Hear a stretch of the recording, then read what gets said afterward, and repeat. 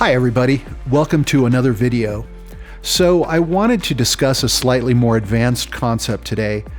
The concept is the idea of creating a strategic game plan from all the positions you play in Jiu-Jitsu, both offensively and defensively. I'm going to use half guard bottom as an example of how you might structure a game plan. This is just an example, so I'm keeping it simple strategically. I'll just give you 3 or 4 strategic options with an explanation of my thought process.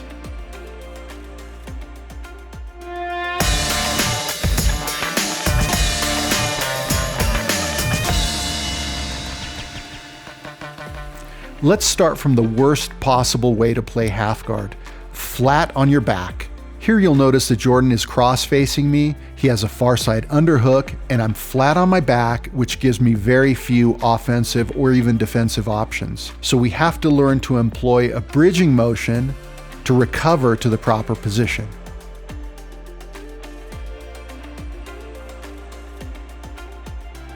A very important detail here. Since I need both feet on the mat to bridge, it's critically important to pinch your knees together, otherwise your opponent can simply pass your guard. I'll make a circle with my top arm to get it to the inside, and I'll slide my knee into position for a low knee shield. There's the circle, and some hip movement to get the knee into position. My goal is to end up with my top arm across my opponent's neck and my bottom arm protecting against the crossface. Let's look at the knee shield position. My goal is to connect my kneecap to Jordan's hip bone and cross my feet together. What I don't want to do is slide my knee in too far, or Jordan will simply be able to sprawl and get past. Another detail, I like to cross my top foot over and around my bottom foot. In my opinion, this gives the strongest pinch. You can test this out yourself. If you put your bottom foot on top, you won't have as strong of a knee pinch. Same goes for the old school figure 4, not as strong. I want my top foot around the front of my bottom foot so I can pinch as hard as possible. One other detail, when you bridge like you mean it. Sometimes if your bridge is good, you can simply sweep them and jump to the opposite side. Alternatively, sometimes you can use the half guard recovery as a way to attack for the finish. Here, I'm pushing the head away to clear space so I can throw my left leg over for the omoplata finish.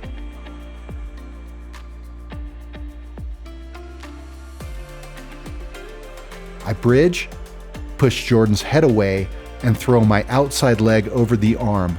I continue that motion till I'm 180 degrees and sit up for the shoulder lock.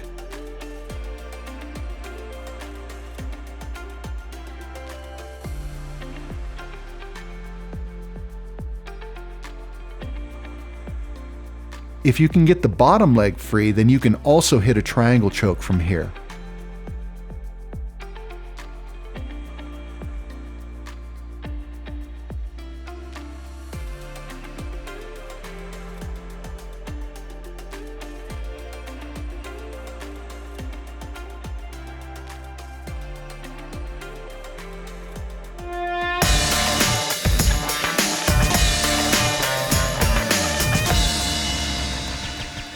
As we discussed earlier, everything starts with proper positioning.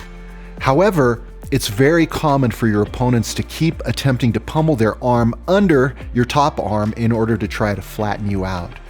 We can exploit that behavior by getting control of their arm and pulling it to the inside so we can clear a lane to the back. This is usually the first thing I'm paying attention to once I'm properly positioned, because it embodies the essence of BJJ, which is going around the obstacle. Another common tactic for the person on top is to try to pin the far arm in order to attack for an arm lock. If we can get a hold of that arm as it's coming in, then move ourselves away to create space, then we can use that to get to the back. So Jordan attempts to pin my far arm, I move myself to get past the arm. Let's look at that motion. This is why getting a very strong connection to Jordan's hip with my knee shield is so important. It lets me use that connection point as a fulcrum to move myself. This drastically changes the angle we are positioned at, and it gives me a lane to get to the back. Or I can play the truck position instead of the back.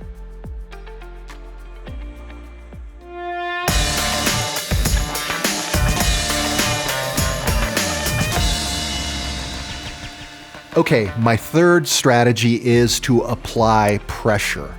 To do that, there's a movement pattern we need to master, making a circle with our arm in order to get up to our elbow. Making an arc with my arm lets me come up to my elbow easily, then I can shoot in and apply pressure in order to get the sweep.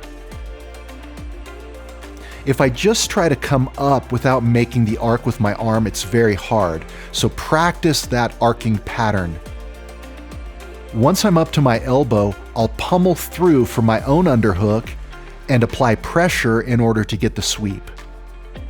There are a bunch of details that make this work. Once I'm up to my elbow, I'm going to pummel my arm through and kick through to create momentum. These two motions happen all at once.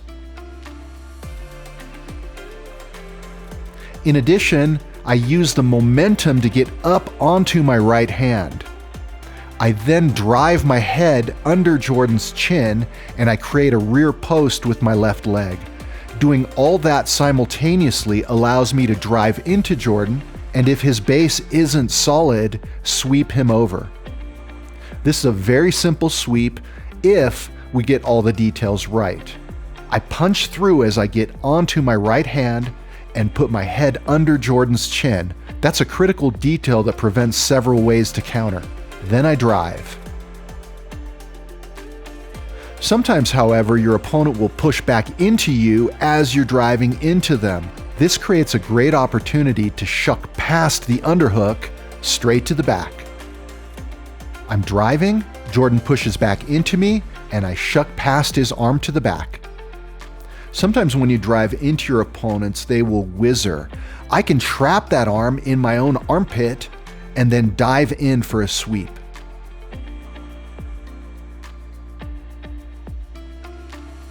Look at Jordan's right arm. Here, see how he wraps it around my own arm? I can trap it just by pinching with my left arm. Then I dive in as deep as I can, inserting my right arm under Jordan's shin. Since he has no base on his right side, the sweep is very reliable. The key to half guard sweeps is getting in as deep as possible under your opponent. You want your center of gravity below theirs.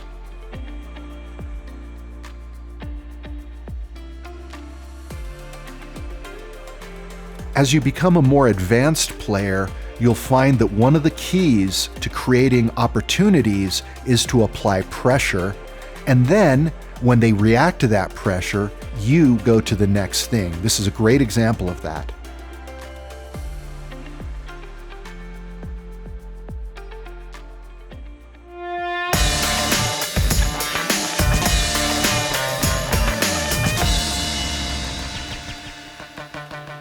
The last strategic option is to dive directly in for the sweep.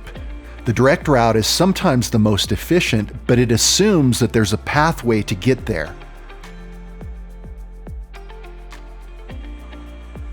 This is my favorite variation of the old school half guard sweep. And it gives you a nice knee bar finish, or you can just pass the guard. As before, I need to get onto my elbow to create a little bit of space and give myself the ability to generate momentum as I dive into Jordan's lap. You'll know your positioning is deep enough when you can lock your two hands together. Now I'll step over to trap Jordan's right leg, pull it toward me as I drive my hips forward. This makes him very easy to tip over. Since I'm already entangled with Jordan's leg, I'll hit a knee bar by dropping my hips while I lift my controlling leg, or I can simply pass the guard.